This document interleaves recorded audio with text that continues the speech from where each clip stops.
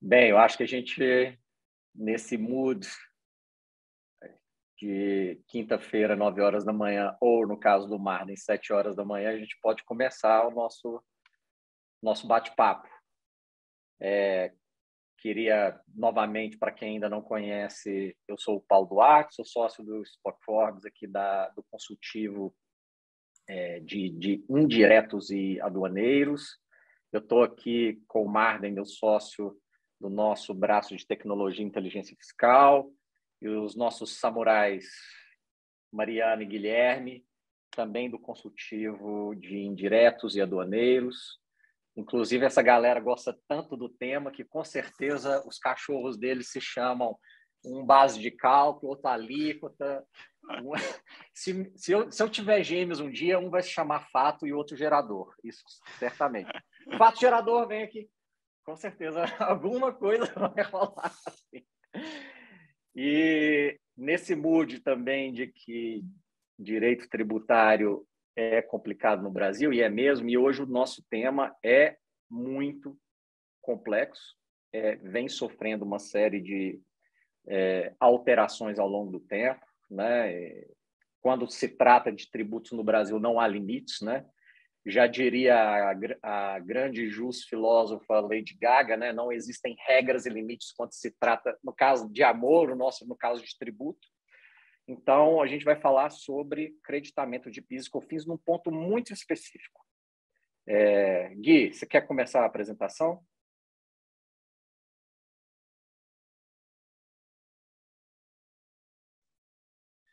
Todo mundo já está vendo, né? Yeah. Então tá, vamos lá. A gente mudou um pouquinho, né, Paulo? Quem acompanha a gente aí nos outros VAT Talks, a gente sempre começa com novidades. Nessa vez aqui, como o tema ele é bem extenso, a gente vai falar um pouquinho mais tarde sobre algumas novidades, mas já vamos direto para a discussão, porque o tema é longo, a gente sabe que tem muita gente interessada aí. E, ao final, lembrando, pessoal, a gente sempre estimula todo mundo a participar, a abrir a câmera, perguntar e fazer parte aqui da nossa discussão. Gui, só também acrescentar que, diferentemente dos outros das 3 primeiras edições, aqui a gente vai tentar fazer mais interativo entre nós 4. Tá? Antes a gente separou por partes. E se vocês também quiserem já jogar as perguntas, embora a gente vá endereçar no final, a gente já vai tentando responder ao longo do tempo. E também para contextualizar a nossa discussão, porque a gente está pegando, pessoal, uma pequena parte do tema não cumulatividade de PIS e COFINS. Tá? A gente está pegando um ponto específico, e esse ponto específico, inclusive, a gente poderia falar aqui o dia inteiro. Então, até para dar um passo atrás, para a gente já aterrizar onde que o Guilherme vai começar, só lembrando que PIS e COFINS eram cumulativos. Tá? E lá na virada de 2002 para 2003, mas em principal 2003, né, principalmente com a emenda constitucional 42, eles se tornaram também não cumulativos. E o que a emenda constitucional 42 trouxe? Tá? Lá no artigo 195, parágrafo 12, ela coloca, né, agora de forma constitucional, o critério da não cumulatividade para PIS e COFINS, o que depois veio ser regulado pelas leis específicas 10.637 para PIS e 10.833 para COFINS. Mas o que é importante a gente pensar aqui? Que, juntamente com PIS e COFINS, 2 outros primos ou irmãos, que são IPI e ICMS, tá?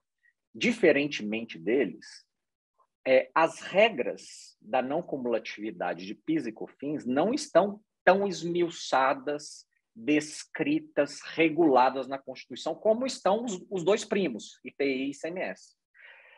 E um outro ponto específico. Para IPI e ICMS, nós estamos falando de créditos físicos. a gente está falando, inclusive, de operações.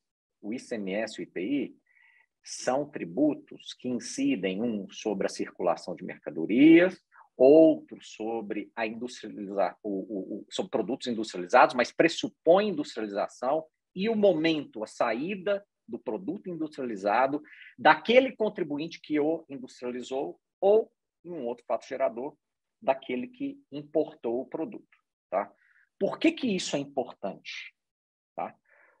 Porque, para PIS e COFINS, o caso não é saída de mercadoria, não é circulação de mercadoria, não é produto industrializado ou sua saída do industrializador. O fato gerador é a receita. E por que isso é importante? Porque, logicamente, se eu estou falando de não cumulatividade, eu estou falando de despesas, receita versus despesas. As despesas que são ligadas à geração daquela receita. Então, não existe na Constituição nenhuma limitação em relação a isso, e a lógica e a interpretação que deveria se ter, sempre deveria, né, se ter da Constituição, é que todas as despesas inerentes àquela geração de receita deveriam dar direito ao crédito. Foi isso que aconteceu com as duas leis? Não foi isso que aconteceu com as duas leis. Inclusive, o parágrafo 12 do artigo 195, ele remete ao legislador apenas a obrigação de dizer quais setores terão a não cumulatividade. Não determina ao legislador se deveria haver limites em relação a isso. Quer dizer, o legislador não só não observou a Constituição, como aferiu. Mas isso não é objeto aqui hoje. Qual é o objeto aqui hoje? O objeto aqui hoje é o termo insumo, o creditamento de PIS e COFINS sobre insumos, que foi regulado pelas leis 10.637, 10.833 e o julgamento do STJ, em especial o julgamento do STJ que delimitou, do ponto de vista legal, não constitucional, quais seriam os contornos desse conceito. Beleza? Então, só estou dando esse panorama para a gente ficar todo mundo na mesma página. Mas, sobre a questão da constitucionalidade, nós vamos voltar no final da apresentação, mesmo porque o STF está aí para julgar esse caso e talvez dar uma reviravolta em todas essas discussões. Gui, era essa contextualização. Isso. Ainda na contextualização, mas já um pouquinho específico aqui para o nosso caso, é importante a gente pensar como a discussão chegou no STJ, principalmente porque ela vai mostrar para a gente por que alguns temas permanecem abertos. Né? A discussão, a forma que o STJ foi perguntado ou foi indagado aqui, ela é importante para a gente poder entender como surgiram algumas discussões e o porquê algumas discussões ainda não foram respondidas. Né? Então, aqui eu sei que a maior parte daqueles que nos acompanham hoje já sabe bem aqui como chegou a discussão, mas fazendo uma breve introdução, a gente tinha para o STJ, quando a discussão chegou no STJ, a gente tinha a posição da Fazenda, que restringia os créditos de uma indústria, dizendo que o conceito de insumo para PIS e COFINS seria o mesmo do conceito de insumos para IPI, ou seja, são somente aqueles produtos que são diretamente utilizados no processo produtivo. Do outro lado, a gente tinha os contribuintes, e aí, nesse caso específico, essa indústria estava defendendo que o crédito de PIS e COFINS, na verdade, ele é o conceito de insumo, ele é aquele vinculado à legislação do imposto de renda, que basicamente a gente vai analisar aí a necessidade daquele gasto. Ou seja, é muito mais amplo do que o conceito de insumo para fins de IPI. Esse conceito do imposto de renda, ele inicialmente havia sido acatado pelo Napoleão Mayer, que era o relator do caso.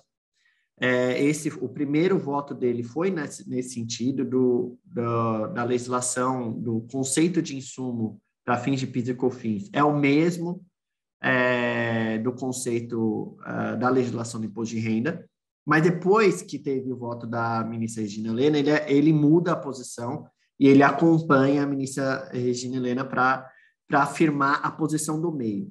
O que é a posição do meio? Então, ela é exatamente um meio termo entre o crédito restritivo, o conceito vinculado à legislação do IPI, e o amplo, que é da legislação do imposto de renda. E aí, nesse meio do caminho, a gente tem o que foi definido pelo STJ, é que o conceito de insumo, e aí a possibilidade de crédito de PIS e COFINS, ele depende da análise de essencialidade ou relevância vinculada à atividade da empresa. Esse foi o voto da ministra Regina Helena.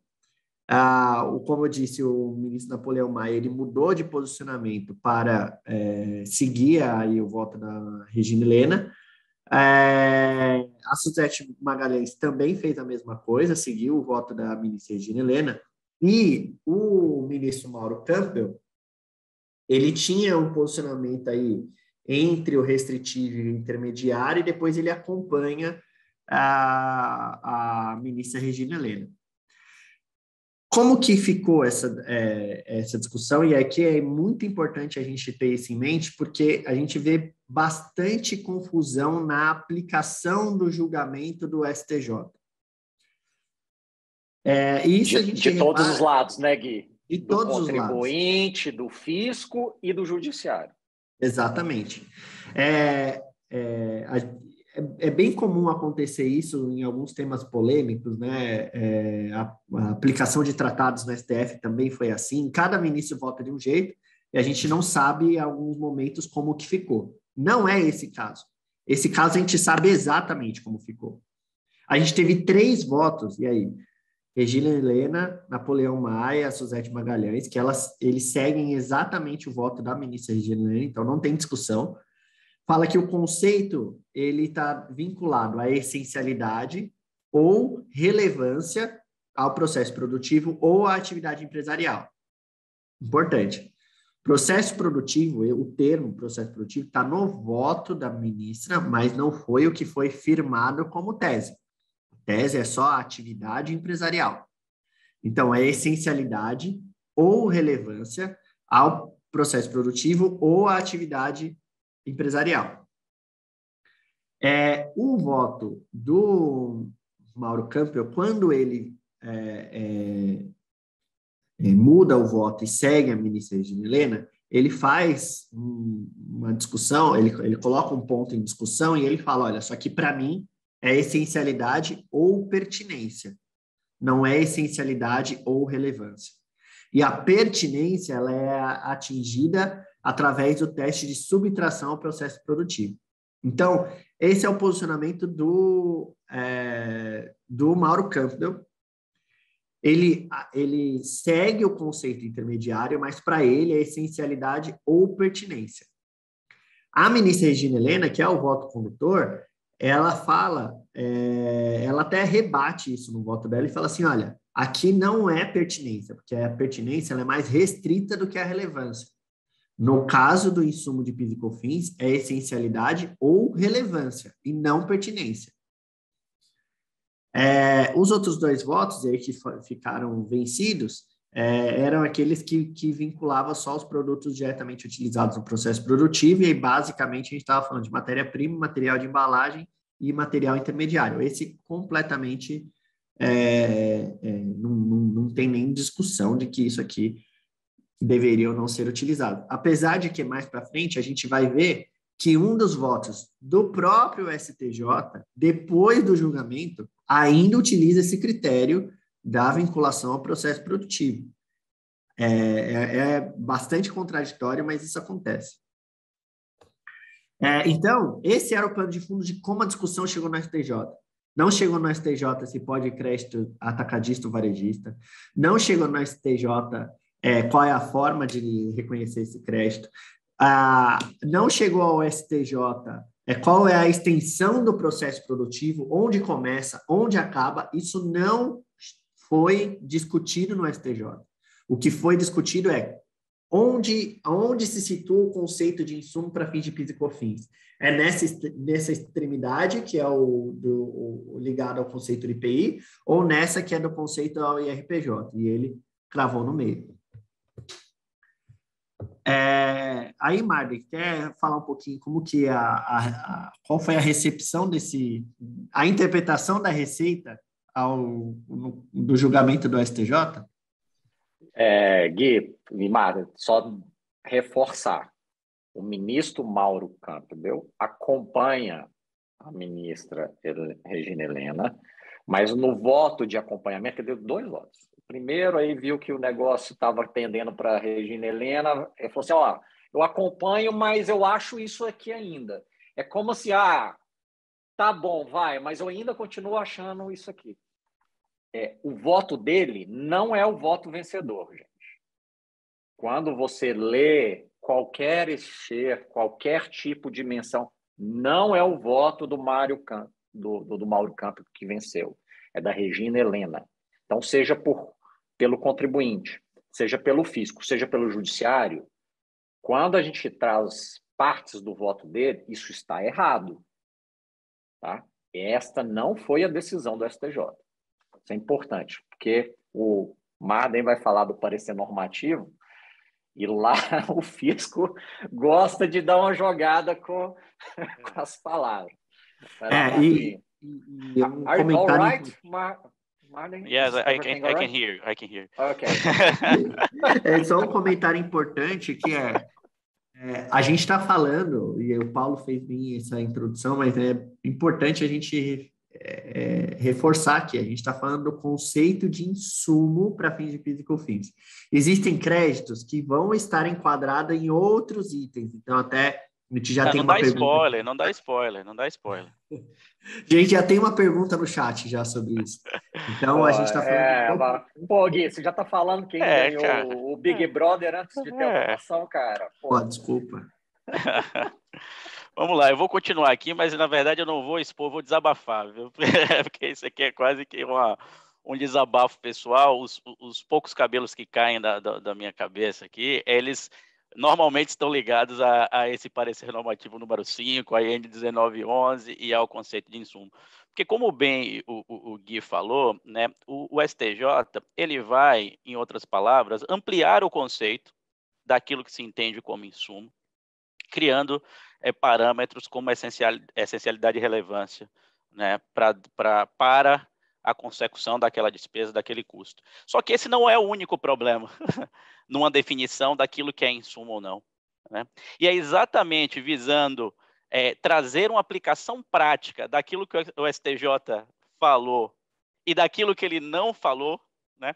Então, com o objetivo de padronizar, é que a Receita Federal ela diz assim, opa, dado o entendimento do STJ, eu vou dizer a minha visão prática e via COSIT, ou seja, né, para que todos os meus órgãos internos da Receita Federal estejam subordinados a esse normativo. Então, eu vou dizer qual que é a minha visão prática em relação à ampliação desse conceito, né, de insumo para PIS e COFINS. Então, qual que é o ponto aqui? Primeiro desabafo, eu não estou dizendo que eu concordo com o que eu vou falar, eu estou dizendo que essa é a visão da Receita Federal daquilo que eu vou falar. Primeira coisa. Segunda coisa, meu amigo, se a gente está falando de um trabalho de risco, mensuração de risco e segurança, infelizmente ou felizmente, essa é a nossa Bíblia, é isso aqui que a gente tem que seguir, tá? E qual que é aqui a chave para a gente destrinchar, para a gente abrir essa caixinha de Pandora e entender o que a Receita Federal fala, né? É óbvio que a gente vai citar alguns exemplos aqui, mas o que eu queria falar primeiro para vocês é o seguinte, o esforço da Receita Federal, nítido e claro, em todo e qualquer exemplo, trazido pelo parecer normativo número 5. Ele quer dizer que existe uma ampliação, ou seja, eu até aceito a ampliação do conceito de insumo, não é mais aquele negócio de IPI, aquele conceito lá do IPI, não é mais aquela questão do desgaste físico e tal, beleza, mas ainda assim essa ampliação, essa elasticidade, quer direto ou indiretamente, ela tem que estar atrelado a um processo de produção ou prestação de serviço. Na verdade, ele até amplia um pouquinho para dizer ciclo produtivo, que é um pouco diferente, a gente vai ver, de processo de produção.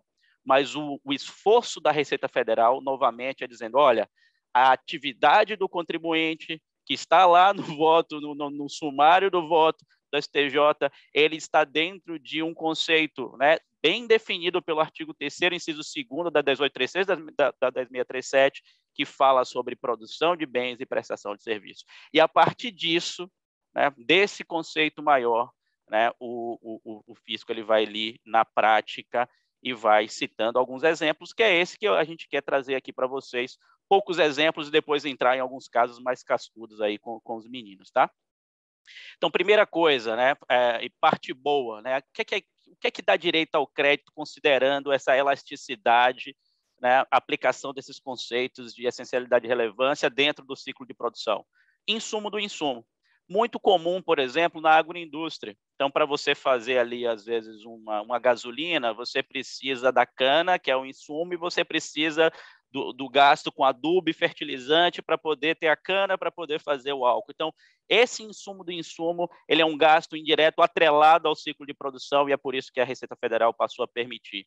Manutenção de ativos produtivos, gasto de parte e peça de manutenção de máquina atrelada ao seu ciclo produtivo. Inclusive, o CARF já vinha aceitando mesmo antes do STJ, né? Então, isso aqui também ficou claro ali no parecer normativo que o contribuinte pode tomar crédito de acordo com o critério de insumo. Tá? Bens de produção e fabricação, isso aqui é muito importante, eu estava conversando com a Mari e com o Paulo ontem sobre isso ali no nosso WhatsApp secreto. Né? Por quê? Porque o conceito de produção e fabricação, eles são distintos. E o próprio artigo 3º que eu citei da 1836, ela traz os dois nomes, né? Insumos atrelados ao processo de fabricação ou produção, porque a fabricação ela vai muito mais para aquele conceito delimitado no regulamento do IPI, fabricação no sentido de industrialização do IPI, né? Que tem lá aqueles critériozinhos que todo mundo que estudou direito vai se lembrar, ou pelo menos deveria se lembrar. Né? Mas a produção não. A produção diz a respeito de um processo de transformação que ele pode não estar ali delimitado no regulamento do IPI, mas ainda assim é um procedimento que transforma um bem e, por isso, para PIS e COFINS pode ser considerado. Então, não sei se os nossos queridos amigos e clientes aí da parte de supermercado, que você tem uma rotisseria, alguma coisa desse tipo, uma embalagem ali para um processo que, muito embora transforme o produto, especificamente para o regulamento do IPI, por algum motivo ele não é ali industrialização, mas ainda assim ele é insumo para PIS e COFINS, tá? Outro aqui que eu quero desabafar com vocês, gasto por imposição legal. Minha gente, pelo amor de Deus, segundo a Receita Federal, o gasto por imposição legal, ele tem que estar relacionado ao ciclo produtivo. Então, não é qualquer imposição legal. Não, porque eu preciso de um alvará para poder ter aqui a minha loja aberta. Segundo a Receita Federal, a imposição legal do gasto eles têm que estar atrelada ao meu ciclo de produção. Quer ver um exemplo simples disso? O próprio EPI, né? O gasto com equipamento de proteção individual. Né? Ele estar atrelado, de alguma forma, à segurança do trabalhador para a consecução daquela atividade voltada a um ciclo de produção. Né? Os meus testes de qualidade daquele bem que eu produzo e que para eu encerrar aquele produto destinado à venda eu preciso fazer um teste de qualidade nele. Né? É completamente diferente, segundo a visão da Receita Federal, a um gasto, por exemplo, com alvará de funcionamento, e eu estou citando alvará porque, e esses exemplos porque são exatamente aqueles que são trazidos pelo parecer normativo 5. E aí existem alguns temas polêmicos que a gente vai tratar, como, por exemplo, vale transporte, vale alimentação, se é imposição legal, se é dentro do ciclo produtivo ou não. Tá? E aqui eu vou, só para também não tomar todo o tempo, falar aqui daqueles itens que não dão direito a crédito. Então, primeiro, é todo aquele gasto que não está relacionado ao ciclo de produção. Qual que é o gasto que não está relacionado ao ciclo de produção por excelência, né? As atividades essencialmente comerciais, né? Atividades essencialmente comerciais, segundo a Receita Federal, não estou dizendo que eu concordo com isso, não estou dizendo que o STJ disse isso, eu estou dizendo que a interpretação da Receita Federal é que os gastos relacionados à atividade comercial, pura e simplesmente, ou seja, pós-ciclo de produção, né, seja numa própria indústria, ou seja, através de atividades separadas, CNPJ separados, o que é comum, né, pelo próprio business de diversas empresas, indústria, distribuição e venda serem CNPJ separados, né, em um grupo econômico. A atividade comercial, ela tem um desafio na Receita Federal, porque ela testa o conceito, mas ainda assim você precisa vincular pela 10833 a uma atividade de ciclo produtivo ou prestação de serviço, e na atividade comercial não há, tá? Outro para eu desabafar com vocês aqui, combustível utilizados em veículo para transporte das mercadorias e etc. Porque aqui está vários ali parênteses, né? Várias observações. E aí, puxando um gancho lá que eu acho que o Paulo ou o Guilherme falaram no início, né? Olha, dizer que esses itens eles não dão direito a crédito na modalidade insumo não significa dizer que esses itens não dão direito a crédito em outra modalidade. Percebam, o crédito de PIS e COFINS, existe um inciso, que é o inciso 2, né, que ele está relacionado a um conceito aberto que a gente está tentando delimitar, que é o conceito de insumo. Mas existem mais, eu acho que são 10 ou 11 incisos, e eles não têm nada de aberto, né, eles são extremamente fechados. Então, é óbvio e estratégico para uma empresa defender primeiramente o seu direito ao crédito, ao gasto, né, ao creditamento de PIS e COFINS sobre um gasto, primeiro nos demais incisos, que são conceitos fechados. E depois você vai, se não conseguir, por uma exclusão, né, para o conceito de insumo, que é esse esforço todo que a gente está fazendo. O que eu estou desabafando com vocês? Porque o gasto com combustível é exatamente isso, e o próprio parecer normativo abre lá, acho que na página 18, lá um asterisco para dizer, olha, esse gasto com combustível ele não é insumo, mas ele pode ser enquadrado como despesa de frete em uma operação de venda. O próprio parecer normativo fala isso. Então, a gente tem que ter cuidado, né? Pode falar, Paulo. Excuse me, Martin, excuse me. May I interrupt? Yes, cara, sabe o que eu estava vendo esses dias? Meus sobrinhos gêmeos, filhos do meu irmão, vieram para cá e eles têm um brinquedinho que eu acho que muita gente que tem criança tem em casa ou já viu, que é um cubo com várias formas, são buraquinhos, né? Por exemplo, tem um que é um triângulo, tem um que é quadrado, tem um que é um círculo, e a criança tem que pegar as formas, por exemplo, uma bolinha, um quadradinho, ou uma pirâmidezinha, e tentar encaixar exatamente no formato do buraco, né? Ela vem pegando. O que às vezes eu sinto do contribuinte é ele tentando pegar a bola e enfiar no quadrado, cara. É isso aí. Não, eu acho que assim, primeiro vão pegar a bola, vão tentar enfiar no círculo, vão tentar olhar os outros incisos para ver se eles são mais adequados, para depois a gente começar a pensar em insumo.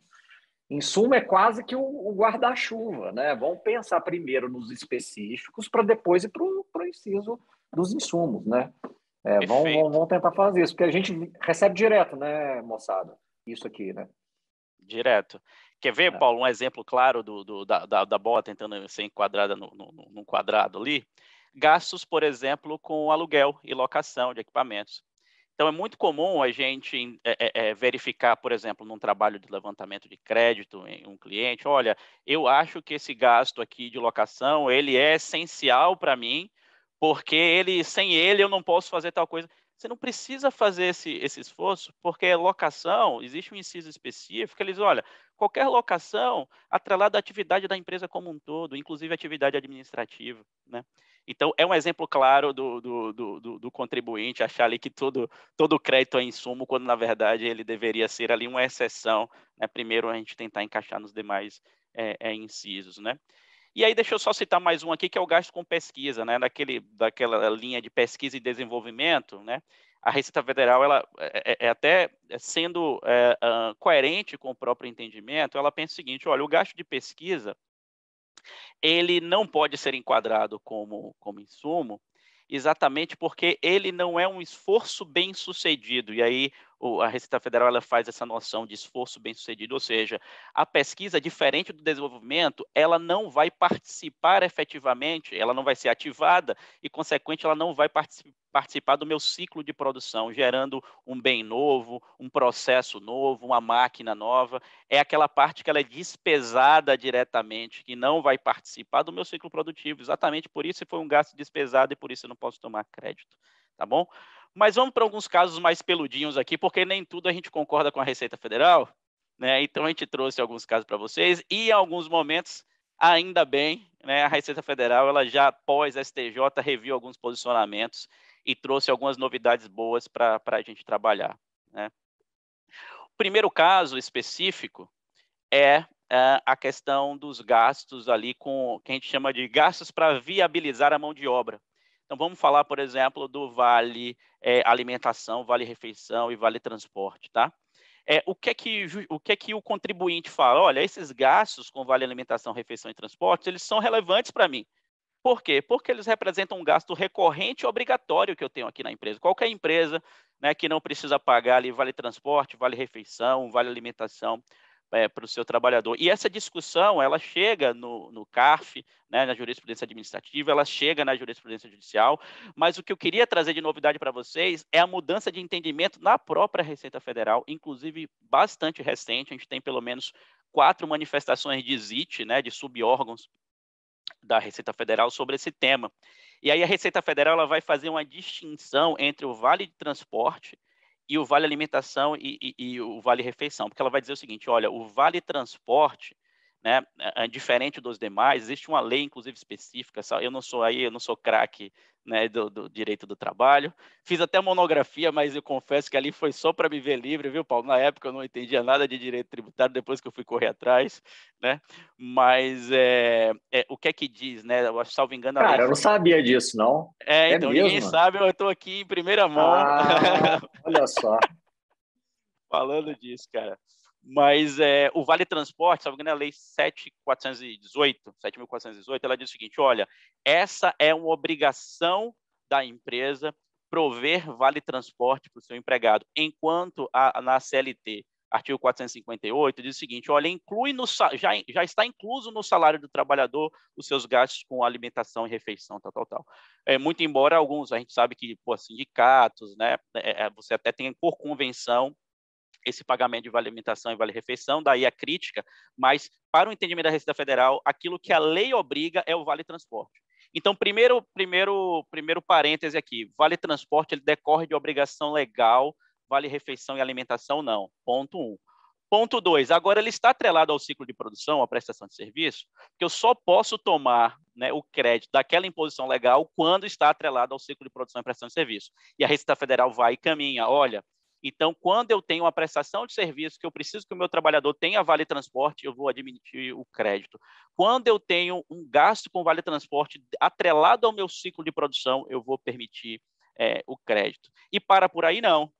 Ao mesmo tempo, eu não posso, né, ter uma despesa, e aí são regras gerais de PIS e COFINS, atreladas a um pagamento para pessoa física. Então, se eu pago em pecúnia para o meu trabalhador, eu não posso tomar esse crédito por uma outra vedação, né, que é a vedação de impossibilidade de gastos, né, direcionados à pessoa física. Então, veja só, a Receita Federal até admite vale transporte, mas você tem que, primeiro, atrelar o seu processo de produção à prestação de serviço.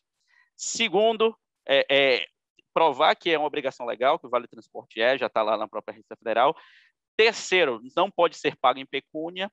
E quarto, você também só pode atrelar aquela despesa que é da própria empresa, e a gente sabe que existe ali um percentual, salvo engano, de 6%, que é o próprio trabalhador que paga. Então, veja só, Paulo, Mari e Gui, o esforço que a gente faz na hora de levantar um crédito de vale transporte em uma das empresas que são aí nossos clientes, parceiros e amigos. Então, você precisa ir muito no detalhe para ter uma segurança jurídica, né, para que a Receita Federal te deixe em paz e permita compensar ali o seu crédito, ressarcir o seu crédito, esse tipo de coisa, tá?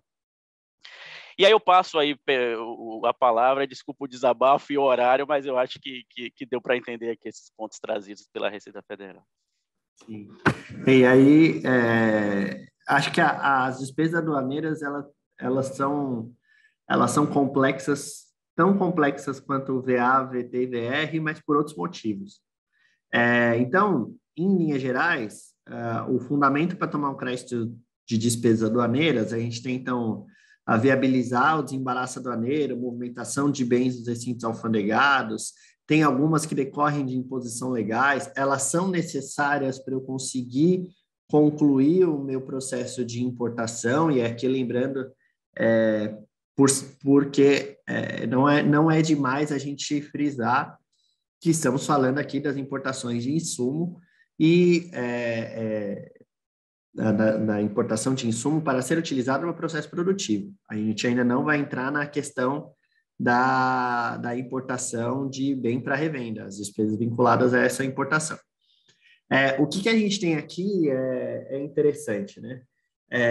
O conceito de despesa aduaneira ela é extremamente amplo.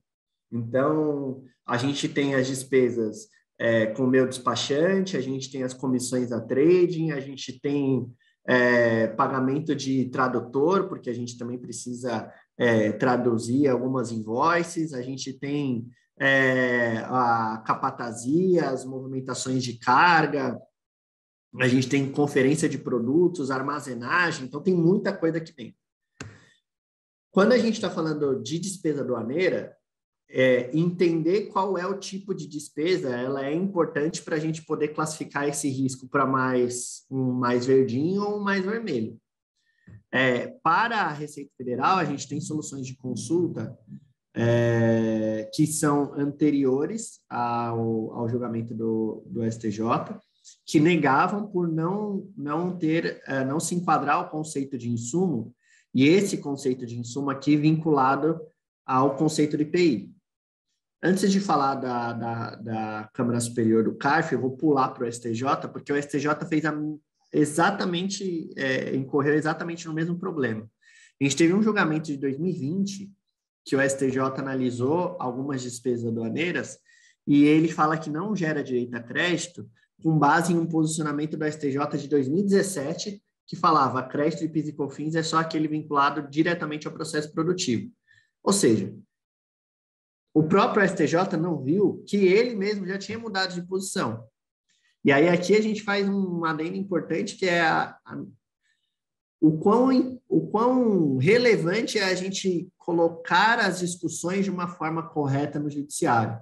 Porque muitas vezes a gente sabe que o Poder Judiciário ele tenta encontrar posicionamentos que, em tese, são já vinculados ou que oposição dominante e falar, não, vou seguir a mesma linha para não mudar a jurisprudência. Só que, nesse caso, a jurisprudência já tinha sido mudada. E o próprio STJ não acompanhou. Esse caso transitou em julgado e aí a gente teve, de fato, ali um problema sério. Para vocês verem como essa decisão do STJ não faz muito sentido, a Câmara Superior do CARF, que em geral ela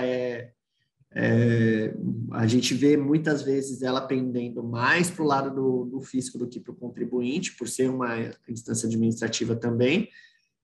A gente tem despesas que foram favoráveis, foram julgadas como passíveis de crédito nesse contexto de despesa aduaneira. Foram todas? Não, não foram. Aqui a gente está falando de capatazia, né? A movimentação ali, embarque e desembarque. Essas foram as despesas que o CARF entendeu como passíveis de crédito à Câmara Superior. Então, para essas despesas, a gente tem um verde e super verde. Outras despesas, com despachante aduaneiro, as comissões devidas a trading, a parte de tradução, essas a gente está no amarelo. Por quê? O fundamento ele é bom? Bom, em alguns casos sim. Inclusive, tem despesas que eu tenho requisito obrigatório. Então, tem a questão da imposição legal. Mas a gente não tem decisões favoráveis, aí pensando na STJ ou CARF, ou mesmo posicionamento da Receita Federal, que validam esse crédito. Então, hoje, ele é um crédito amarelinho, essas outras despesas aduaneiras. Quando a gente vai falando de movimentação, embarque e desembarque, e aí com certeza a gente já pode botar no bolo do crédito verde. Importante finalizando a minha fala, a gente está falando das despesas aduaneiras na importação de insumos para serem utilizados no processo produtivo. As demais, a gente vai entrar depois em outro tópico. Acho que agora é a Mari. Aí, Gui. E aí um outro tema que a gente achou interessante trazer aqui para vocês é a questão dos royalties.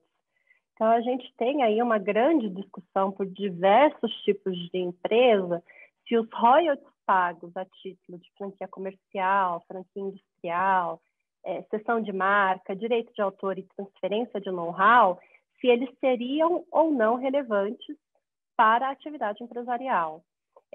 Toda a argumentação dos casos que foram levados a julgamento, então toda aquela argumentação do contribuinte é no sentido de que essa despesa ela é relevante para remunerar um direito de propriedade daquilo que está diretamente ligado na minha atividade, porque se eu não pago esse direito, eu sequer tenho possibilidade de operar. Eu não vou poder fazer industrialização, eu não vou poder produzir aquele produto, eu não vou poder operar com aquela marca ou com aquele direito autoral que eu estou utilizando. Então, é isso que os contribuintes têm tentado argumentar para os julgadores para defender o enquadramento dessas despesas com royalties no conceito de insumo.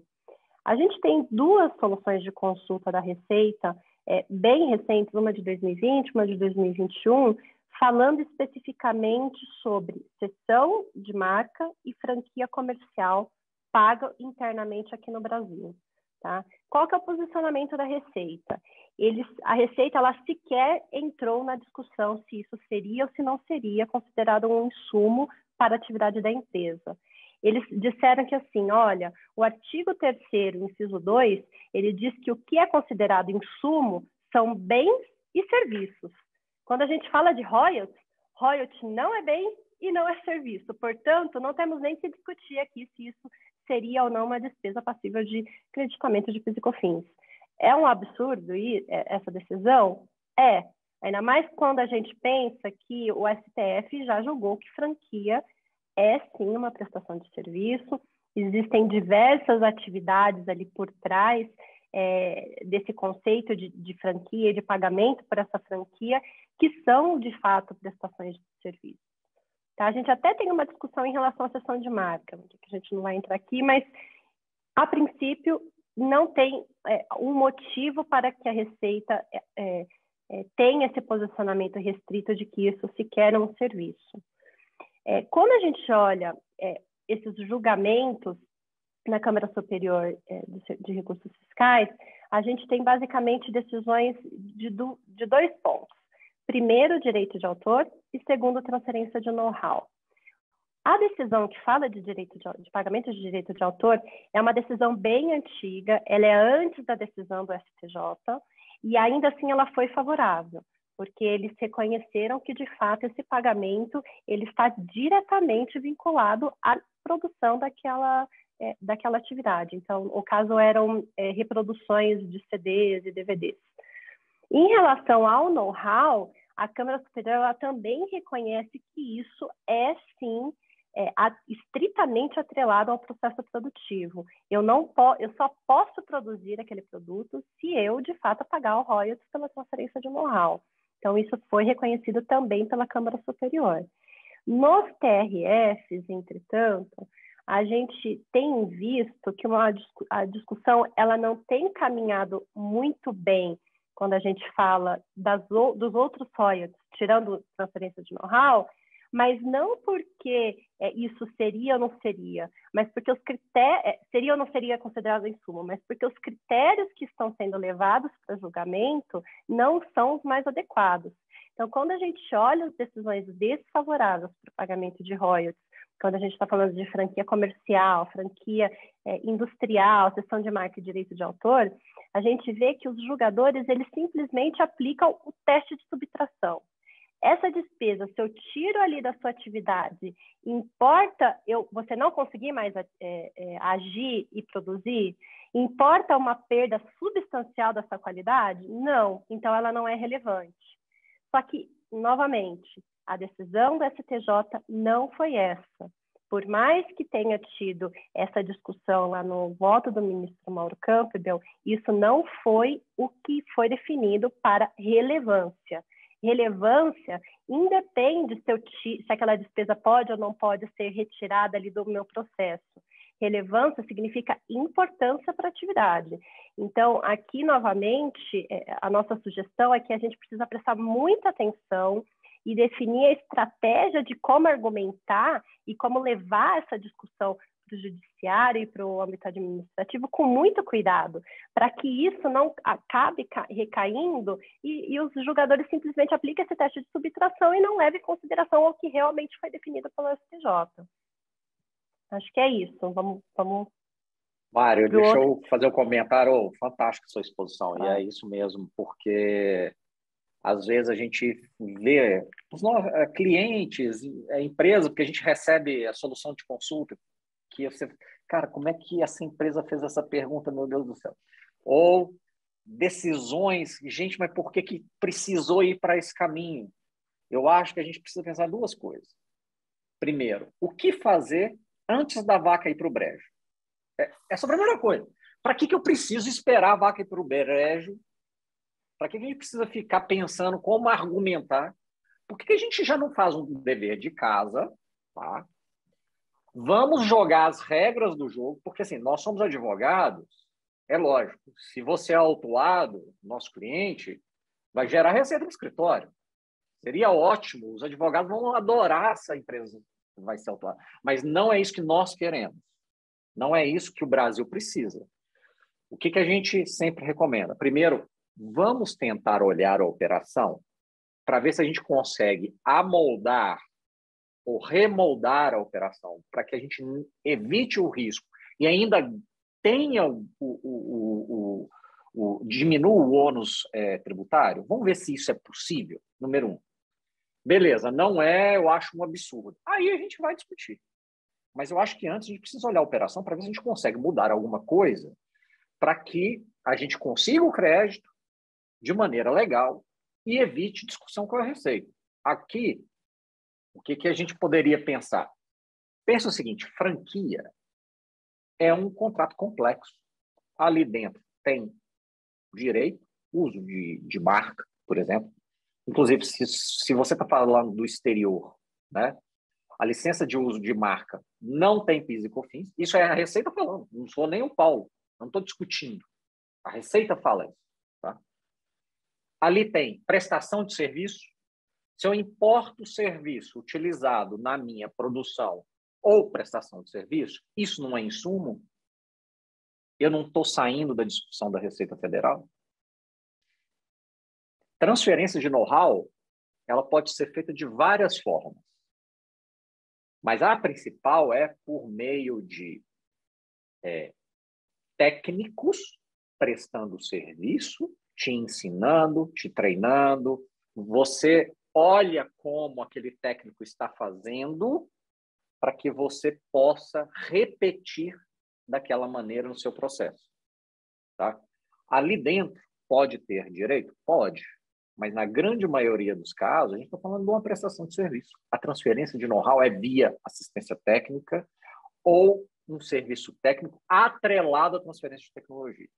Se eu estou falando que isso é um serviço para o meu processo produtivo, por que eu não posso tomar crédito físico ofensivo? Por que eu não pego o contrato, eu separo cada um dos pontos, eu aloco o preço daquela transferência de know-how a partir de cada uma dessas prestações para eu possibilitar a tomada de crédito físico-ofensivo sem ter que discutir com a Receita Federal. Gente, eu sei que a boa parte aqui dos nossos participantes é de grupos multinacionais. Né? Lá fora, galera, não tem essa discussão que a gente tem aqui, não. Não existe essa zona que tem aqui. Então, o que vocês vão receber? Vocês vão receber um contrato simples, uma nota de débito. É isso. O interesse é nosso aqui no Brasil, tentar domesticar, tropicalizar a nossa matriz lá fora para dizer, olha, desse jeito que você está fazendo, eu no Brasil tenho um custo fiscal X. Por que a gente não muda um pouco essa forma de contratação? Por que a gente não muda um pouco a alocação de preço? Por que a gente não muda um pouco a forma de cobrar para que eu no Brasil tenha um ônus menor? Né?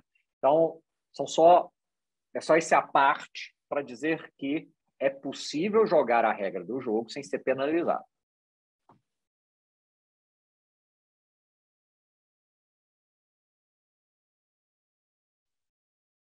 E aí eu volto a desabafar aqui com vocês.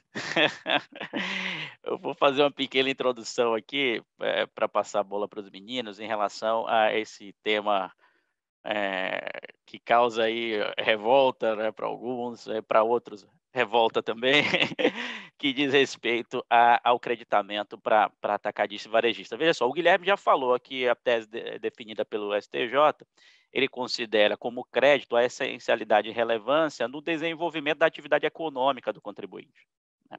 Só que não foi objeto da discussão do STJ, especificamente, né, delimitar, julgar, né, se esse conceito, se a apropriação de crédito e esse conceito elástico de essencialidade e relevância, ele é aplicado ou não para atacadistas e varejistas. E aí deixa, né, a não definição sobre isso, porque não foi objeto, né, da ação, deixa ali um espaço para as criatividades, né, a um lado e ao outro. Então, por exemplo, o contribuinte ele vai de forma muito coerente, né, até pela fala do Gui, se a gente ler lá a íntegra do voto vencedor, a gente vai ver que se fala em produção de bens, né, ciclo produtivo ou atividade econômica, mas o contribuinte ele interpreta isso dizendo o seguinte, olha, o meu crédito, então, é na atividade econômica como um todo, eu não estou atrelado a um processo de produção. Mas se a gente for, né, e a gente precisa e tem o costume, né, por mais não saboroso que isso seja, a gente tem um costume no escritório de se posicionar, né, quando a gente vai para a letra fria da lei, né, e aí citando a 10.637 a 10.833 de PIS e COFINS, veja só, o conceito de PIS e COFINS ali na lei, ele está delimitado, né? Então, bens e serviços são utilizados como insumo, e aí esse conceito, ele foi ampliado, o conceito de insumo. Só que ele está dentro de um contexto na lei, que é o seguinte, olha, esse conceito elástico aonde na prestação de serviço ou na produção ou fabricação de bens destinados à venda.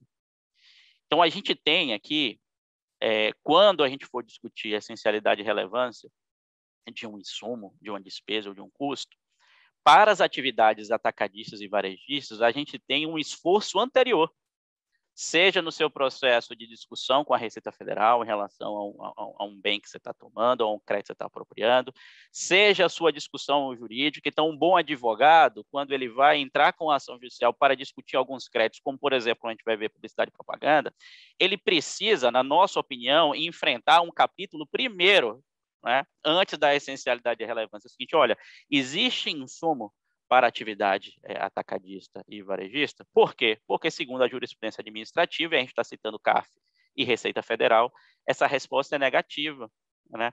Ou seja, insumos eles são aplicados apenas na prestação de serviço ou na fabricação de bens. E aí é óbvio que o setor atacadista e varejista, por si só, ele não tem ciclo produtivo, ele não tem atividade de prestação de serviço. Então, aqui o crédito, por excelência, por mais verde que seja, por mais óbvio que seja a sua dependência daquele gasto, né, a sua atividade é uma atividade que, segundo o inciso 2º da 10.833, não envolve ciclo de produção, e aí isso precisa ser enfrentado. E é muito importante a gente verificar duas coisas, né? Primeira, toda vez que a gente tem uma jurisprudência, nosso Paulo vai lembrar dessa discussão recente, toda vez que a gente tem uma decisão favorável no CARF ou na Receita Federal, né, existe uma vinculação com alguma prestação de serviço que está sendo feita pela atividade atacadista e varejista. O que eu quero dizer, ainda que você não tenha o KNAI, né, a Receita Federal ela admite um crédito quando ela entende que existe uma prestação de serviço atrelado àquele marketing que você está fazendo, aquele gasto, ali, sem dar spoiler no próximo tema, né? E o oposto também é verdadeiro. Muitas vezes, né, talvez até por falta de um entendimento específico, né, a gente vê muita decisão judicial que vai falar sobre a essencialidade e relevância, talvez até direcionada de alguma forma pelos litigantes, sem analisar a questão da atividade do contribuinte. Ou seja, em outras palavras, o judiciário ele enfrenta a questão de se aquele gasto é relevante ou não, mas esquece de analisar se aquele contribuinte ele pode ou não tomar um crédito por ter um ciclo produtivo atrelado ou não. Né? Então, é esse cuidado que a gente tem que ter, exatamente para que a discussão ela não morra na praia. Tá? E aí, o que eu digo em relação à brincadeira que eu fiz com o Paulo é porque toda hora que surge ali uma decisão do CARF da Receita Federal, né, você tem uma página ali sei lá, no Valor Econômico, no J, dizendo assim, Receita Federal admite crédito sobre publicidade e propaganda, crédito para atividade comercial. Não é verdade. Se a gente lê, né, com calma, a gente vai ver que, na verdade, a publicidade e propaganda é que está sendo feita no Valor Econômico e não aquela que está sendo julgada ali na Receita Federal, porque muitas vezes ele é colocado de uma forma muito, eu não diria leviana, mas rasa, né? Não profunda, discutindo o ponto. Marda, eu estou lembrando aqui, no caso, eu tenho um amigão de infância, lá de Patos de Minas, que é jornalista esportivo, né? Eu não falo que isso acontece nos grandes, né? Pode até acontecer, mas nos grandes veículos de comunicação, etc. Mas lá no interior, tá? Existia sempre quase que uma cultura de início de ano, como não tem muita novidade, né? Pô, os jogadores estão descansando, né? Tem alguns que vão para Ibiza, tem alguns que vão para Montes Claros, né? Cada um no seu quadrado. Não estou falando mal de Montes Claros, tá? Só estou falando que não tem praia. Tá? Eu gosto, minha grande Montes Claros, gosto bastante daí. Mas é engraçado, eles precisam vender notícia, não tem notícia. Né? O jornalista, tá todo mundo de férias, o que vão fazer? Aí eles começam a jogar nos jornais assim, Cruzeiro, se bem que tá ruim falar do meu time ultimamente, Cruzeiro negocia com Ronaldo Fenômeno, suponhamos. Aí, um tempo depois, olha, as conversas estão esquentando. Aí, depois de um tempo, por causa de valores, as duas partes não entraram em acordo. Eles sempre jogam notícia, porque está faltando notícia, né? Para tentar aquecer o mercado. Gente, aqui é a mesma coisa. Toma cuidado com o que vocês leem nos jornais, por favor. Às vezes tem uma falta de técnica de quem está escrevendo, às vezes tem quem está reportando, está querendo vender algo que, no fundo, não pode entregar. Isso gera comoção no mercado, porque, com certeza, alguém lá de cima, por exemplo, o CEO, o CFO da sua empresa, pega o jornal e ele é dono de atividade comercial e lê lá. Empresa XPTO grande toma crédito, e é comércio, de insumos de PIS e COFINS. Ele já vai atrás de você. Por que a gente não está tomando? Tem dinheiro na mesa, né? Tem dinheiro na mesa? Sabe? Isso acontece o tempo inteiro. Então, a nossa sugestão é sempre calma. Mesmo porque é julgado e ainda não é publicado o acordo. Calma, olha o acordo, lê ele inteiro, depois a gente conversa. Não fique nas headlines. Agora, ajudando o Marden, né? O Marden está em Chicago agora. Não fique nas headlines. Tá? Vá, desça, leia tudo, veja exatamente como foi julgado, porque tem muita pegadinha o tempo inteiro, todos os dias. É isso mesmo. A gente vai ver com o próximo exemplo, né? Eu acho que um dos grandes exemplos dessa pegadinha são as decisões favoráveis de que despesas com propaganda e marketing integram o conceito de insumo. Temos decisões favoráveis da Câmara Superior? Temos. Mas a gente precisa prestar muita atenção aos pormenores daquela decisão e aos fatos que foram levados em julgamento. Então, o que essas decisões elas analisaram, né? Então, quando a Câmara Superior avaliou, ela avaliou situações em que essas despesas eram utilizadas para prestar um serviço. E prestar um serviço de propaganda. Então, essas empresas que tiveram essas decisões favoráveis, elas foram favoráveis não porque a propaganda e marketing se enquadra, de fato, no conceito de insumo para toda e qualquer empresa. Não. é porque para aquela empresa específica, para a atividade em que ela exercia de prestação de serviço, essa despesa sim era relevante. Então a gente precisa prestar muita atenção quando a gente vê uma notícia, é favorável, mas é favorável para todo mundo? Pode ser que sim, pode ser que não, né? Então, essas decisões da Câmara Superior, a gente tem, sim, decisões favoráveis, mas essas decisões, elas são bem restritas ao caso concreto, em que aquela empresa, de certa forma, ela tinha essas despesas porque ela era responsável por prestar serviços de propaganda e marketing para um pool de empresas. Então, isso é muito comum, por exemplo, no varejo, em que uma empresa ela concentra a responsabilidade por fazer a propaganda e marketing para diversos industrializadores daqueles produtos em que eles fazem a comercialização. Então, é muito comum isso acontecer, e aí, nesse caso, sim, foi considerado como uma despesa válida e considerada como insumo para aquela prestação de serviço. E, por outro lado, nesse mesmo caso, a gente tem decisões no sentido de que a receita que eu recebo, o valor que eu recebo dessa propaganda e marketing que eu estou prestando para um terceiro, por outro lado, é considerado receita da minha operação. Por quê? Porque eu estou prestando um serviço de publicidade e propaganda. Então, a gente precisa prestar muito atenção se essa despesa é ou não favorável para a sua empresa, tá? Estamos dizendo que vai ser desfavorável sempre propaganda e marketing? Não. A gente, quando olha as decisões dos TRFs e mesmo uma decisão recente do STJ que trata de propaganda e marketing, a gente vê que não é analisado novamente. Não está sendo analisado a questão da relevância da despesa para a atividade. Então, a gente vê que simplesmente eles fazem uma análise e passam uma régua sem analisar assim, os fatos, sem DTA aquela despesa. Você está prestando um serviço com essa despesa de propaganda e marketing? Então, para você, é considerado um insumo da sua atividade? Ou, não, o seu caso é diferente, você só paga essa propaganda que é um terceiro que faz. Então, assim, esses detalhes não estão sendo avaliados de fato nem pelos TRFs e muito menos pelo STJ.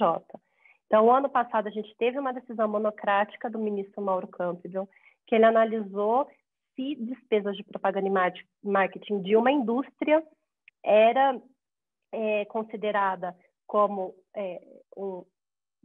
integrante do conceito de insumo, e no caso dessa indústria, para além dela ser uma indústria, ela era uma franqueadora. Então, ela reunia todas as verbas dos franqueados e ela era responsável por fazer a propaganda e marketing para todo mundo, não só para ela como indústria, mas como para todas as franquias, os franqueados deles. E a decisão simplesmente não analisou isso. O Mauro Campbell, ele simplesmente pegou o conceito dele de critério de subtração que ele levou lá no julgamento, aplicou. Não ganhou, isso, né, Mari? Que não ganhou. Não ganhou, exatamente.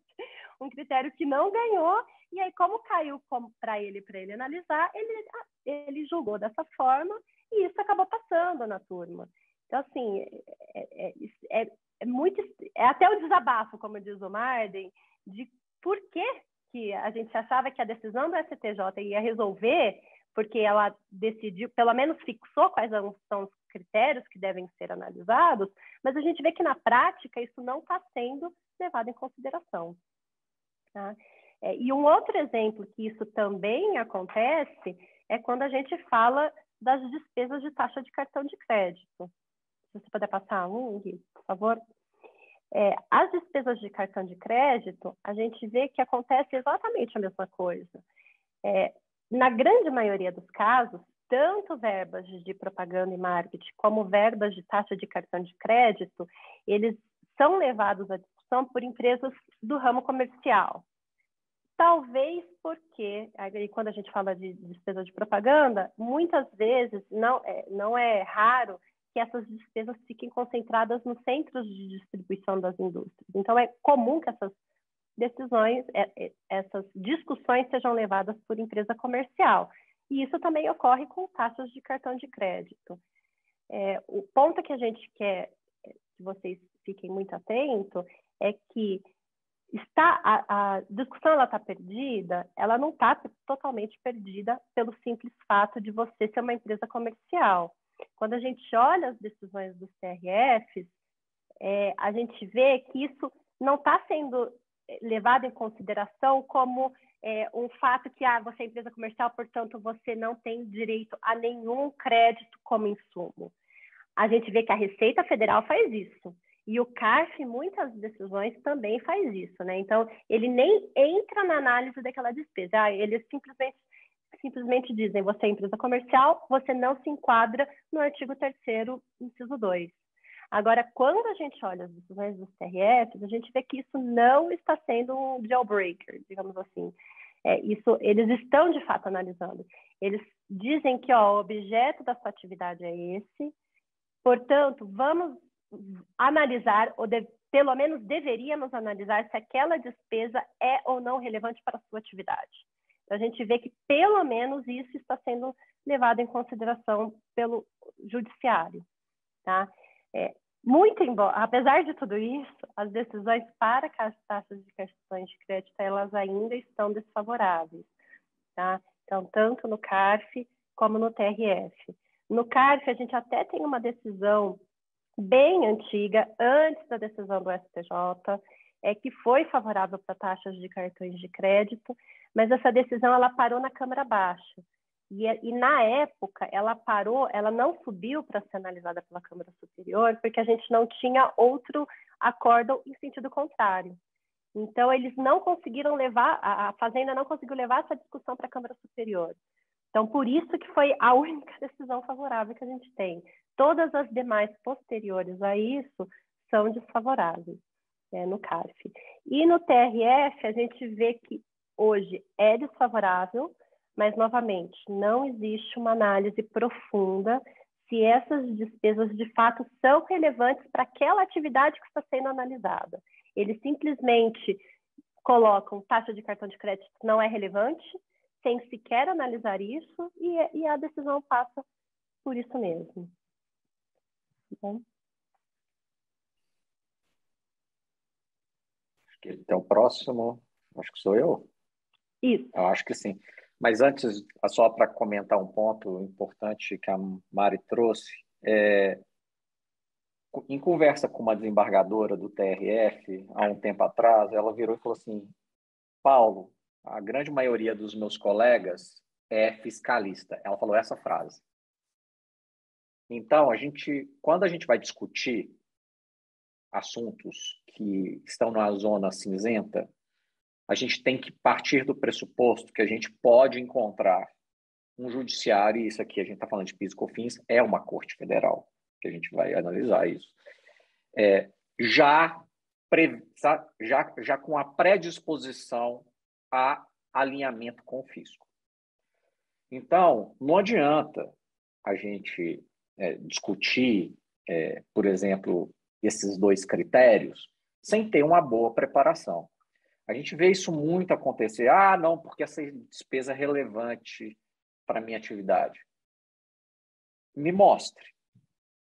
Porque o que o STJ decidiu? Olha, os critérios de essencialidade, aí, necessidade e relevância, ou, né? Não é e, né, Mário? A Mário sempre me corrige. É ou. Eu não tenho que ser e, é ou. Esse é um ponto que também as decisões elas passam reto, porque elas colocam os dois critérios como sendo e não é. Uhum. É um ou outro. Exatamente. O que o STJ falou? Olha, você vai discutir isso lá embaixo, porque é lá que você tem a análise específica do caso concreto. Aqui, a gente não vai olhar a casuística. Então, antes de discutir, gente, estudo econômico, estudo empresarial, estudo para ver se aquela despesa efetivamente ela é necessária, ela é essencial ou é relevante para a sua atividade. Assim, você efetivamente tem substrato suficiente para discutir. Sem isso, fica muito palavras contra palavras, e isso, infelizmente, a gente tem visto no judiciário perder, e perder de forma categórica, né? Então, a nossa sugestão é sempre se prepare antes de ir, tá? Paulo, posso fazer bem, claro, por favor, vai lá, Gui. E até pegando um gancho do que uma das perguntas que mandaram no chat, a essencialidade ou relevância, ela é o ponto-chave para a gente defender o crédito de PIS e COFINS sobre insumos. Quando a gente fala de processo produtivo, muitas vezes a gente não precisa nem entrar no conceito de essencialidade ou relevância que está diretamente aplicado no processo produtivo. Mas para o setor de serviço, basicamente eu preciso fazer essa análise para quase todas as despesas. Porque exatamente. Eu não tenho uma máquina que sai o serviço enfileirado, né? Vai montando o serviço. Então, a gente precisa, para o setor de serviço, essa é uma análise que a gente precisa fazer com cada despesa. Então, essa despesa aqui, bom, como ela se encaixa no meu serviço? O que ela gera? Qual é o valor que ela agrega? Ela é relevante? Vamos começar pelo simples, vamos fazer o teste de subtração, que é o que o Mauro Campbell. Vamos tentar por essas etapas. E aí acho que esse é um ponto fundamental para a gente poder tentar dar crédito de PIS e COFINS para quem é só prestador de serviço. Mas assim, ao mesmo tempo que não é tão simples, você tem um campo maior para poder justificar, né? Você tem menos parâmetros, mas você tem um campo maior para poder justificar. Como a gente ainda precisa responder perguntas e a gente está quase chegando no final do tempo, eu vou passar bem rapidamente aqui sobre esse último ponto, que é o seguinte, aqui a gente está falando, vamos separar, vamos fazer uma operação salame e fatiar aqui o caso. Gente, atividade comercial, em geral, né? Aqui, em qualquer um dos prismas, seja a opinião da Receita, seja a jurisprudência administrativa, seja a jurisprudência judicial, hoje é desfavorável. Então, eu nem vou entrar nesse ponto. Isso, logicamente, de novo, categorizar a embalagem, por exemplo, de transporte, aquela que não está agregada, necessária para o acondicionamento do produto, tá? Ou aquela simplesmente a embalagem sobre a embalagem, isso acontece muito no mercado. Isso, para essas atividades comerciais em geral, está porque não é por causa da embalagem em si, é por causa da atividade. Tá? Então, nos 3 âmbitos, desfavorável. Tá? É difícil a gente sustentar que isso é um insumo. Tá? Minha sugestão, antes da gente discutir se isso é insumo, vamos ver se na regra do jogo, se nas regras que já estão colocadas, eu tenho a possibilidade de tomar crédito sobre esse material de embalagem. Eu estava falando ontem, discutindo com os meninos, que eu fui em 2 supermercados, não vou apresentar quais são, 2 supermercados, fiz compras e trouxe sacolinhas, tá? Em um, está aqui uma sacolinha de 11 centavos, uma sacolinha plástica, está aqui, ó. No outro, uma sacolinha de R$ 4,90, essa me doeu, e eu não sabia que eu pagava esse tanto de sacolinha. Ó, a crítica aí, viu? Aqui não é insumo. Não é insumo. Eu comprei para revender. Olha só, eu estou tirando a discussão de isso é ou não insumo para utilizar o item 1 do artigo 3º das 2 leis que falam que bens adquiridos para revenda dão direito a crédito de PIS e COFINS. Quer dizer, eu eliminei essa discussão. Paulo, beleza. Então eu preciso destacar na nota? Esse seria o ideal. Fora isso, posso ter discussão? Eu acho que sim. É a nossa posição no escritório. É uma possibilidade de o fisco questionar. Mas, na nossa visão, e aí a gente já vai quase para o próximo slide, é o seguinte. Fato gerador de PIS e COFINS não é circulação de mercadoria. Fato gerador de PIS e COFINS não é produto industrializado ou o momento, saída da indústria, do estabelecimento, do produto industrializado. O fato gerador de PIS e COFINS, pessoal, é a receita. Portanto, o que gera direito a crédito é a despesa vinculada à receita.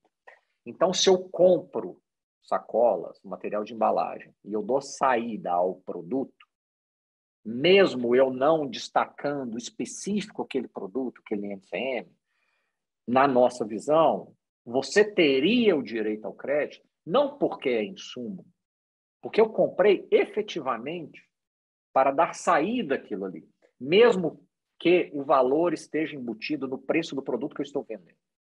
Mas isso é uma tese, isso é uma discussão. Por quê? Porque o fisco vai efetivamente questionar, tá bom?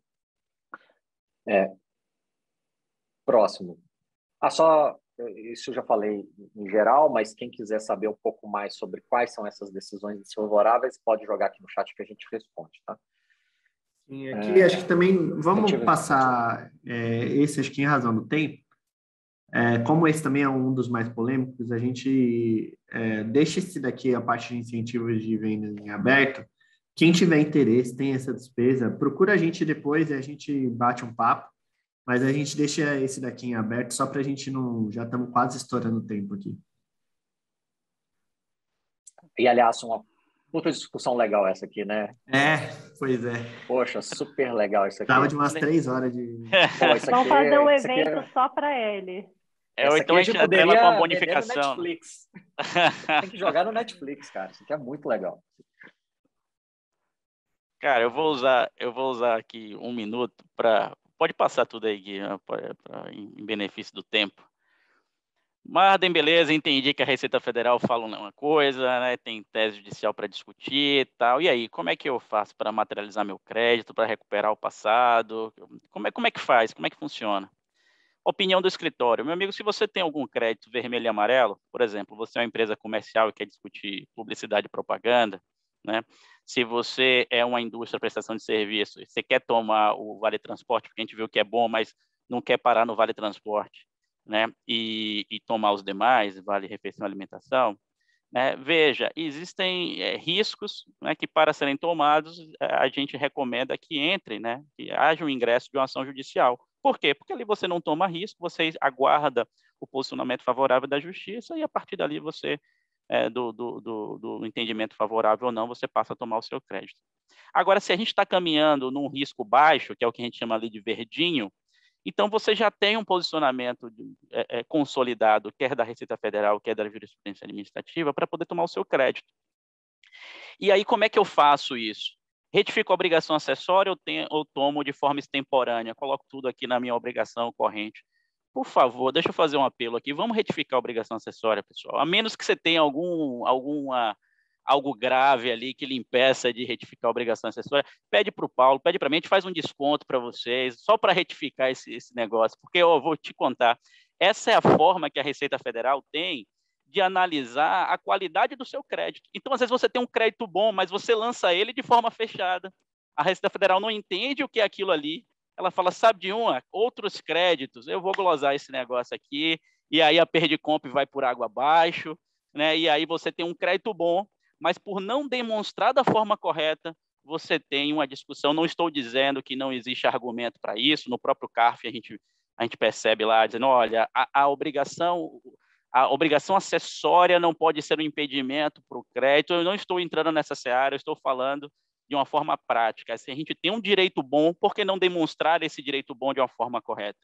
Retifica a obrigação acessória, isso vai gerar um pagamento maior, você vai poder selicar, ou seja, vai poder atualizar o seu direito com juros e correção monetária, né? Então, assim, é um trabalho que compensa. Hein, Paulo? Ninguém deixa de ganhar na loteria porque tem que pagar imposto de renda, né? Então, ninguém deixa de fazer um procedimento administrativo correto para poder ter um ganho em relação ao crédito que deixou para trás. Lembrando que essa análise é importantíssima, porque um crédito que deixou para trás também significa uma carga tributária que você vai reduzir para frente. Você vai ajustar o procedimento para frente para poder fazer melhor, reduzindo sua carga tributária, e você vai recuperar o crédito para poder compensar com esse tributo já com a carga tributária reduzida, tá? Então, é esse o apelo que eu faço para vocês. Nossa, eu acho que eu emagreci uns 5 quilos nesse VAT Talk dessa versão aqui, viu, pessoal? É isso, como diria Pablo Picasso, né? O meu repouso é batalha, Mário. Quem mexe aqui com tributário é sempre Não grandes repousa, aventuras. ou repousa sempre, né? É. Acho que tem o último slide, então. Que é o seu. Aqui também eu só vou finalizar o último slide. Você pode passar? Está com você, Gui. Esse aqui mesmo, né? Não está mudando. Para mim não está mudando. Não está em tela cheia. Também não está no cheio. O meu tá... Aí. Ele ganhou... Ninguém quer te ver, não, Gui. Oh. Ele ganhou vida própria. Agora foi. Bom. Aí, só para mencionar que, assim, essa luta não acabou, pessoal. Essa luta, na nossa visão, talvez esteja no meio, tá? O STF vai revisitar o tema. Aliás, já começou a revisitar sobre a questão da não cumulatividade PIS/COFINS. Aqui a gente não está falando só de insumo, a gente está falando do conceito de não cumulatividade aplicada a PIS/COFINS, tá? Que é o recurso extraordinário 841979, é um recurso da Unilever. Aqui a gente está falando de uma indústria, tá? Mas, embora nas petições e nas argumentações seja uma argumentação de uma indústria, aqui a gente está questionando todo o conceito de não cumulatividade e aí para qualquer tipo de atividade. Foi o que eu falei no início, tá? O fato gerador é receita. Então, o que dá crédito são as despesas relacionadas a essa receita, que é um conceito muito mais amplo de qualquer outro sendo discutido, tá? Como dizem dois dos meus ídolos, um infelizmente já faleceu, são os filósofos milionários José Rico, reviver o passado é sofrer 2 vezes, mas às vezes compensa. Às vezes compensa. Aqui, efetivamente, a gente tem uma possibilidade de ver pela primeira vez o conceito de não cumulatividade de PIS/COFINS sendo aquilo que está na Constituição, porque até hoje não tivemos, no mundo dos fatos, o conceito de não cumulatividade de PIS/COFINS sendo aplicado. Tá?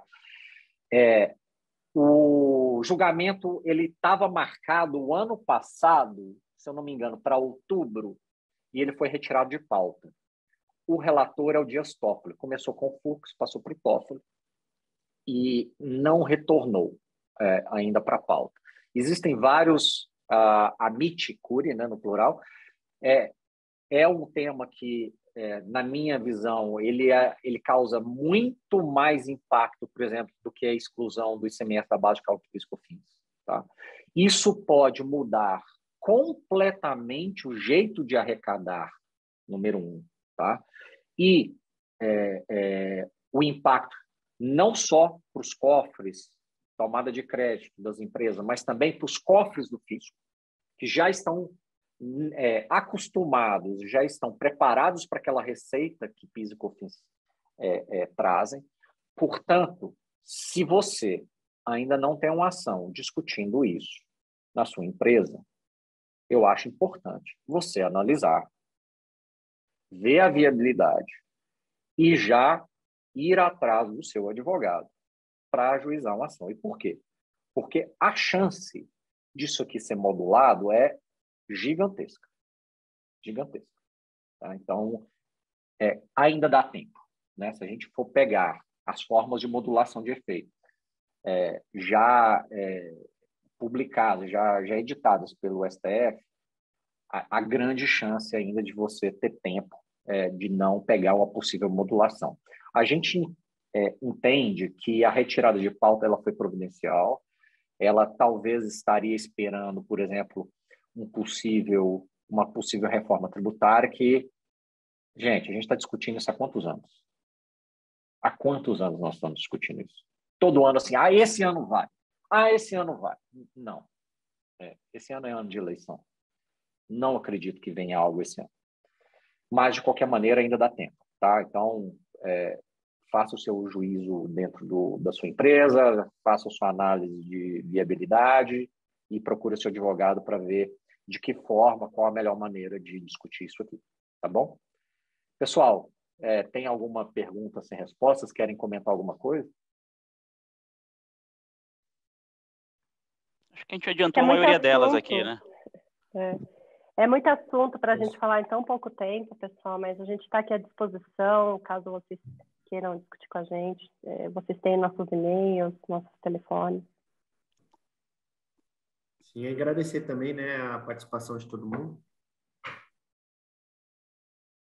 Acho que a gente teve uma participação quase que recorde aqui hoje. Sim, muitos clientes prestigiando.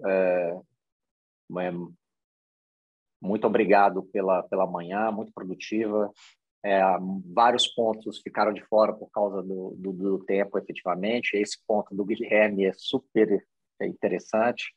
Acho que dá para fazer um vídeo e colocar no Netflix mesmo, Gui, porque é um assunto muito interessante. Gente, muito obrigado. O próximo Let's VT Talk está marcado para o final do mês que vem também. A gente já vai mandar, assim que possível, a nova data. Qual que é o assunto, gente? São 3 tópicos, né? Que o próximo é a DC 49, mas a gente vai divulgar 49. Em breve. Exatamente. Exatamente. E a gravação a gente vai disponibilizar isso aqui. No YouTube. Esse evento de hoje, ele tá, e os demais estão todos no canal do YouTube do nosso escritório.